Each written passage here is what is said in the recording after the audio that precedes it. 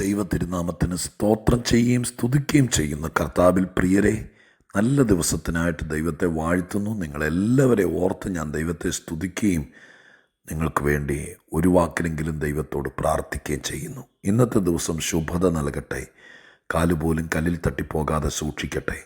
കർത്താവിൻ്റെ എല്ലാ സുരക്ഷാ വാഗ്ദത്തങ്ങളും ഇന്നത്തെ ദിവസം ലോകത്തിൽ എവിടെയായിരുന്നാലും നിങ്ങൾക്ക് ലഭിക്കട്ടെ. ഭക്തന്മാർക്കുള്ള സകല അവകാശങ്ങളും നിങ്ങളുടെ മേൽ വരട്ടെ എന്ന് അകമടിഞ്ഞ ആശംസയോടും പ്രാർത്ഥനയോടും കൂടെ നിങ്ങൾക്കേവർക്കും സ്നേഹത്തിൻ്റെ ഭാഷയിൽ വന്ദനം പറഞ്ഞുകൊണ്ട് സർവശക്തിയുള്ള ദൈവത്തിന് നന്ദി നിറഞ്ഞ ഹൃദയത്തോടെ സ്തോത്രവും സ്തുതിയും മഹത്വവും പുകഴ്ചയും എല്ലാം കരയറ്റിക്കൊണ്ട് ഇന്ന് നാം ഒന്നിച്ച് ചിന്തിപ്പാൻ ആഗ്രഹിക്കുന്ന വേദചിന്തയിലേക്ക് നമ്മുടെ ശ്രദ്ധയെ ഞാൻ സാദരം ക്ഷണിക്കുകയാണ്. യിരെമ്യാ പ്രവചനം 13-ാം അധ്യായം 16-ാമത്തെ വാക്യം ഞാൻ നിങ്ങളെ വായിച്ചു കേൾപ്പിക്കാം. യിരെമ്യാ പ്രവചനം 13-ാം അധ്യായം 16-ാമത്തെ വാക്യം. ഇരുട്ടാകുന്നതിനും നിങ്ങളുടെ കാല് അന്ധകാര പർവ്വതങ്ങളിൽ ഇടറിപ്പോകുന്നതിനും മുമ്പേ നിങ്ങളുടെ ദൈവമായ യഹോവയ്ക്ക് ബഹുമാനം കൊടുപ്പീൻ. അല്ലെങ്കിൽ നിങ്ങൾ പ്രകാശത്തിന് കാത്തിരിക്കേ അവൻ അന്ധതമസും കൂരിരുട്ടും വരുത്തും. ഇടറിപ്പോകുന്നതിനേക്കാൾ മുമ്പ്, കാലുകൾ അന്ധകാര പർവ്വതത്തിൽ ഇടറിപ്പോകുന്നതിനേക്കാൾ മുമ്പ്, ഇരുട്ടാകുന്നതിനേക്കാൾ മുമ്പ് ദൈവത്തിന് ബഹുമാനം കൊടുപ്പീൻ. അതല്ലെങ്കിൽ പ്രകാശത്തിന് വേണ്ടി കാത്തിരിക്കുന്ന നമ്മളെ കാണാൻ കാത്തിരിക്കുന്നത് കൂരിരുട്ടായിരിക്കും. വേദപുസ്തകത്തിൽ ഇങ്ങനെയുള്ള ടിപ്പിക്കലായിരിക്കുന്ന കാര്യങ്ങൾ ഒറ്റൊറ്റ വാക്കുകളിൽ പറയപ്പെട്ടിരിക്കുന്ന ഒരുപാട് ചിന്തകളുണ്ട്. ബൈബിളിൻ്റെ ഏറ്റവും വലിയ പ്രത്യേകത അതാണ്. മനുഷ്യർക്ക് കൊടുക്കാവുന്ന ഏറ്റവും ശ്രേഷ്ഠകരമായിരിക്കുന്ന മുന്നറിയിപ്പുകൾ ലോകത്തിൽ വിശുദ്ധ ബൈബിളിലാണ് ഏറ്റവും അധികം.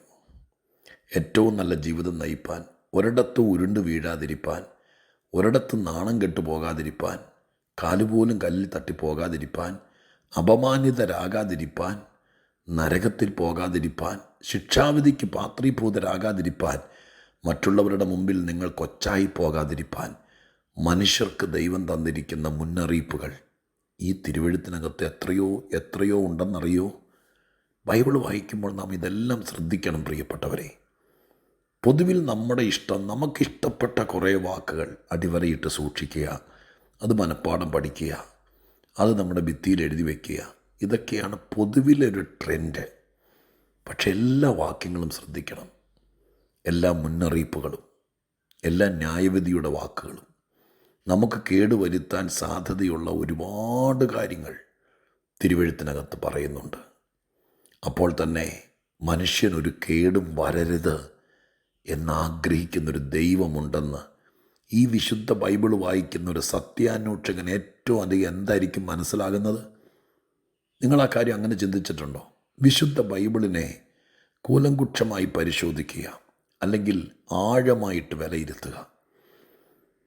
അങ്ങനെ വിലയിരുത്തി കഴിയുമ്പോൾ വാസ്തവത്തിൽ പല അഭിപ്രായം വരാൻ കാര്യമുണ്ട്. ചിലർ പറയും, ഈ പുസ്തകത്തിനകത്ത് ഞാൻ കണ്ടു, കുറ്റം ചെയ്താൽ ശിക്ഷിച്ച് തല്ലി ഒടിച്ച് മൂലയിലിടുന്നൊരു ന്യായാധിപതിയായ ദൈവത്തെ കണ്ടു എന്ന് പറയുന്ന ഒരു കൂട്ടം ആളുകൾ കണ്ടേക്കാം. വേറെ ചില ആളുകൾ പറഞ്ഞേക്കാം, ശ്വാസം വിടാൻ പോലും സമ്മതിക്കാതെ എല്ലാത്തിനും നിയമം എഴുതി വെച്ച് മനുഷ്യനെ കൂച്ചുവലങ്ങിട്ട് അങ്ങ് സ്വാതന്ത്ര്യം നഷ്ടപ്പെടുത്തുന്ന ഒരു കൂട്ടം ആളുകൾ കണ്ടേക്കാം. അങ്ങനെയൊക്കെ പറയുന്നവർ നമ്മുടെ ഇടയിലുണ്ടല്ലോ. എന്നാൽ ഇതിനകത്ത് ആത്മപരിശോധനയോടെ നിർമ്മല മനസ്സോടുകൂടെ തിരുവെഴുത്തിനെ ചിന്തിക്കുന്ന നല്ല ബുദ്ധിയുള്ള ആളുകൾ പറയും, ഞാനിത് വായിച്ചപ്പോൾ കണ്ടു, ഞാൻ ഒരിടത്തും പരാജിതനാകാതിരിപ്പാൻ, ഞാൻ ഒരിടത്തും നാണം കെട്ടു പോകാതിരിപ്പാൻ, ഞാനും എൻ്റെ കുഞ്ഞുങ്ങളും ആരുടെയും മുമ്പിൽ കൈനീട്ടി യാചിച്ച് നിൽക്കേണ്ടി വരാതിരിപ്പാൻ. എന്തിന്? അങ്ങകലെ അധികം കഴിയുന്നതിനേക്കാൾ മുമ്പ് ഇഹലോകവാസം വെടിഞ്ഞ് ഞാനങ്ങ് ചെല്ലുമ്പോൾ കെടാത്ത തീയിലും ചാകാത്ത പുഴുവിൻ്റെ ഇടയിലും കിടക്കാതിരിപ്പാൻ, ഇവിടെ വെച്ചെന്നെ സുരക്ഷാസ്ഥാനത്തെത്തിക്കാൻ ആത്മമണവാളനായിരിക്കുന്ന ക്രിസ്തുവിൻ്റെ മണവാട്ടിയായി തേജസ് വാരിയുടുത്ത് സ്വർഗത്തിൽ എന്നേക്കും വാഴാൻ എന്നെ സ്നേഹിച്ച് എനിക്ക് തന്നിരിക്കുന്ന ഒരുപാട് സ്നേഹ സന്ദേശങ്ങൾ ഞാൻ കണ്ടു. എന്നെ ഒരുക്കുന്നൊരു ദൈവത്തെ ഞാൻ കണ്ടു. എനിക്ക് വേണ്ടി, എന്നെ ശ്രേഷ്ഠനാക്കാൻ വേണ്ടി ഒരുപാട് പേരെ നിയോഗിച്ചിരിക്കുന്ന ഒരപ്പനെ ഈ ബൈബിളിൽ ഞാൻ കണ്ടു. ഇല്ലേ? ഇത് വായിക്കുന്ന പലർക്കും പല അഭിപ്രായമായിരിക്കും. എന്നാൽ ഇതിനകത്ത് ഞാൻ കണ്ടത് എന്നെ ഒരുക്കുന്ന, എന്നെ കാക്കുന്ന, എന്നെ എത്തേണ്ടിടത്തെത്തിക്കുന്ന, എന്നെ കരുതുന്ന, കഴുകുന്ന, ശാസിക്കുന്ന, ഹൃദയമുള്ള സ്നേഹമുള്ളൊരു ദൈവത്തെ, ഒരിടത്തും ഞാൻ തളരാതെ താഴാതെ തീർന്നു പോകാതിരിപ്പാൻ എന്നെ കൈപിടിച്ച് നടത്തുന്ന ദൈവത്തെ ഞാൻ കണ്ടു. പ്രിയരെ, അതുപോലത്തെ ആ പശ്ചാത്തലം മനസ്സിൽ വെച്ചുകൊണ്ട് ഈ 16-ാം വാക്യത്തിലേക്കൊന്ന് നോക്കി ഒരു മുന്നറിയിപ്പ് തരിക കേട്ടോ. ഇസ്രായേലിൻ്റെ പശ്ചാത്തലം വിട്, നമുക്ക് ഈ വാക്യം മാത്രം എടുത്ത് നമ്മളോട് പറയുന്നതായിട്ട് നമുക്കൊന്ന് മനസ്സിലാക്കാൻ കഴിയട്ടെ. അവിടെ എഴുതിയിരിക്കുന്ന വാക്കിതാണ്: ഇരുട്ടാകുന്നതിനും അന്ധകാര പർവ്വതത്തിൽ നിങ്ങളുടെ കാലുകൾ ഇടറിപ്പോകുന്നതിന് മുമ്പേ. അപ്പോൾ ആദ്യം ഒരു സാധ്യതയാണ്, ഇരുട്ടാകാൻ സാധ്യതയുണ്ട്. ഓർത്തോണം, എന്നും വെളിച്ചമായിരിക്കുമെന്ന് ആരും വിചാരിക്കരുത്. എന്നും നമ്മുടെ കാലുകൾ നിരപ്പുള്ള പാതയിൽ, സുന്ദരമായിരിക്കുന്ന ചുമന്ന കാർപ്പറ്റിലൂടെ ഇടത്തും വലത്തും അങ്കനമാർ നിന്നുകൊണ്ട് മനോഹരമായിരിക്കുന്ന പനിനീർ പുഷ്പത്തിൻ്റെ ഇതളുകൾ നമുക്ക് നേരെ വീശി വീശി എറിഞ്ഞ് നമ്മെ മനോഹരമായി പ്രൗഢമായിട്ട് വളരെ നല്ല രീതിയിൽ മുമ്പോട്ട് നയിക്കുന്ന ഒരു നല്ല ചുവന്ന കാർപ്പറ്റിലൂടെ നമ്മളെ നടത്തുന്നൊരു സ്ഥിതിയായിരിക്കും എന്നുമെന്ന് വിചാരിക്കരുത്. ചിലപ്പോൾ നമ്മൾ അന്ധകാര പർവ്വതങ്ങളെ ചവിട്ടിക്കയറേണ്ടി വന്നേക്കാം. ഇല്ലേ, ബൈബിൾ അങ്ങനെ പഠിപ്പിക്കുന്നില്ലേ? കൂരിരുൾ താഴ്വരയുണ്ട്, അന്ധകാര പർവ്വതങ്ങളുണ്ട്, വലിയ മേടുകളും കൽക്കുന്നുകളുമുണ്ട്, ഒത്തിരി ഒത്തിരി കാര്യങ്ങൾ. തോടും ആറും കുഴിയും കുണ്ടും എല്ലാം ഉണ്ട്. ഇതിലെല്ലാം കയറി ഇറങ്ങിപ്പോയെങ്കിലേ ജീവിതം തീരുള്ളൂ. എപ്പോഴും നമ്മൾ വിചാരിക്കരുത് എല്ലാ ദിവസവും എല്ലാ മാസവും ഒരുപോലെ ആയിരിക്കുമെന്ന് വിചാരിക്കരുത്. ചിലപ്പോൾ ഇരുട്ട് വരാം, ചിലപ്പോൾ അന്ധകാര പർവ്വതങ്ങളെ താണ്ടേണ്ടി വരാം.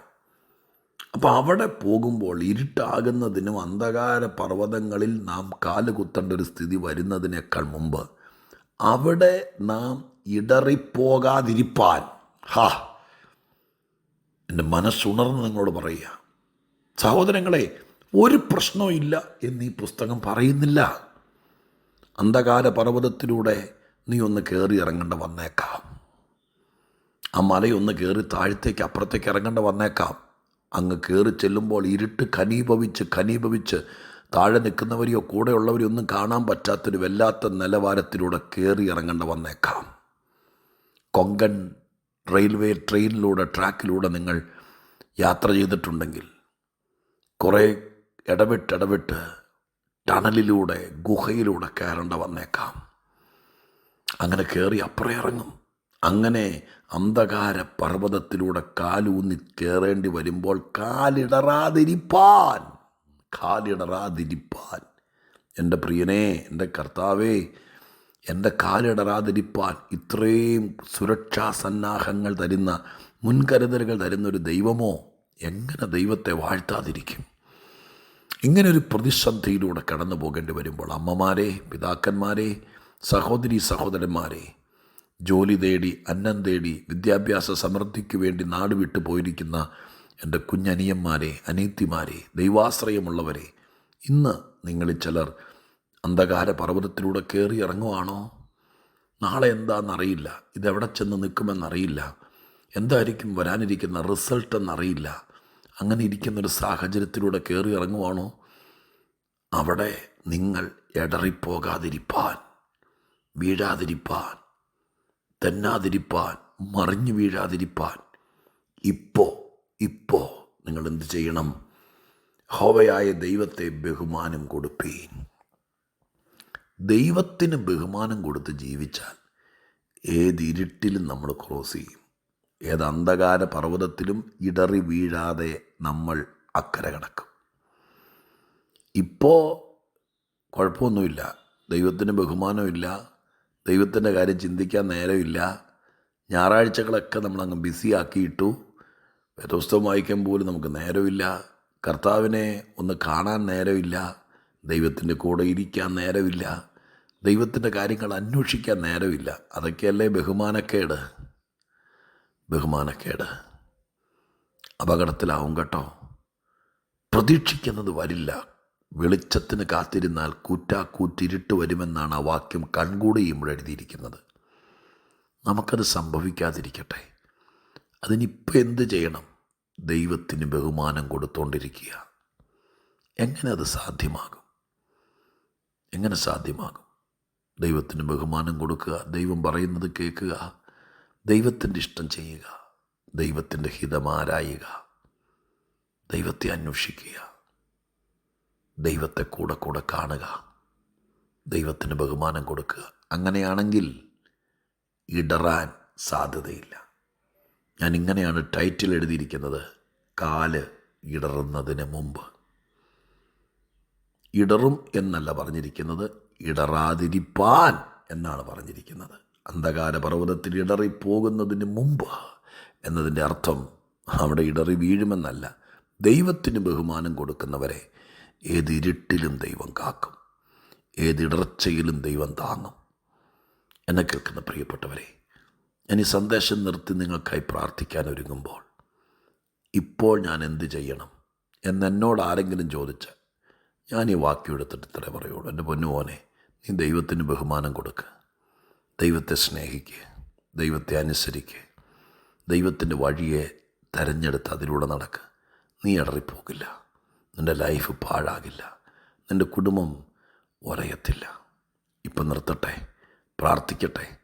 കാലുകൾ ഇടറുന്നതിനേക്കാൾ മുമ്പ്, സംഭവിപ്പിക്കുന്നതിനേക്കാൾ മുമ്പ്, അനർത്ഥങ്ങൾ വന്നു കയറുന്നതിനേക്കാൾ മുമ്പ്, ഒരാപത്ത് നമുക്ക് ക്രോസ് ചെയ്യുന്നതിനേക്കാൾ മുമ്പ് ചെയ്യേണ്ട കാര്യങ്ങളൊക്കെ ചെയ്യുക. പ്രാർത്ഥിക്കാം. പരിശുദ്ധ ദൈവമേ, ഞങ്ങളുടെ സ്വർഗീയ പിതാവേ, ഈ നല്ല ദിവസം ഞങ്ങൾക്ക് തരുന്ന സ്വർഗീയ ചിന്തകൾക്ക് നന്ദി. ഇടറിപ്പോകാതിരിപ്പാൻ ഇത്ര കരുതുന്നൊരു ദൈവമുണ്ടല്ലോ, ഞങ്ങളെ ഏൽപ്പിക്കുന്നു. എത്രത്തോളം അങ്ങയെ ബഹുമാനിക്കാമോ അത്രയും ബഹുമാനിച്ച് ജീവിപ്പാൻ ഇത് കേൾക്കുന്ന ആയിരക്കണക്കിന് ആളുകൾക്ക് ഭാഗ്യമുണ്ടാകട്ടെ. അതവർക്ക് നന്മയാകട്ടെ. സകലതും തിരുമുമ്പിൽ ഏൽപ്പിക്കുന്നു. ഇത് കേൾക്കുന്നവരുടെ കാലിടറരുതേ, ഒരിടത്തും വീഴരുതേ. ദൈവം അത് ചെയ്യണം. യേശുവിൻ നാമത്തിൽ പ്രാർത്ഥിക്കുന്നു. കേൾക്കണേ പിതാവേ. ആമേൻ.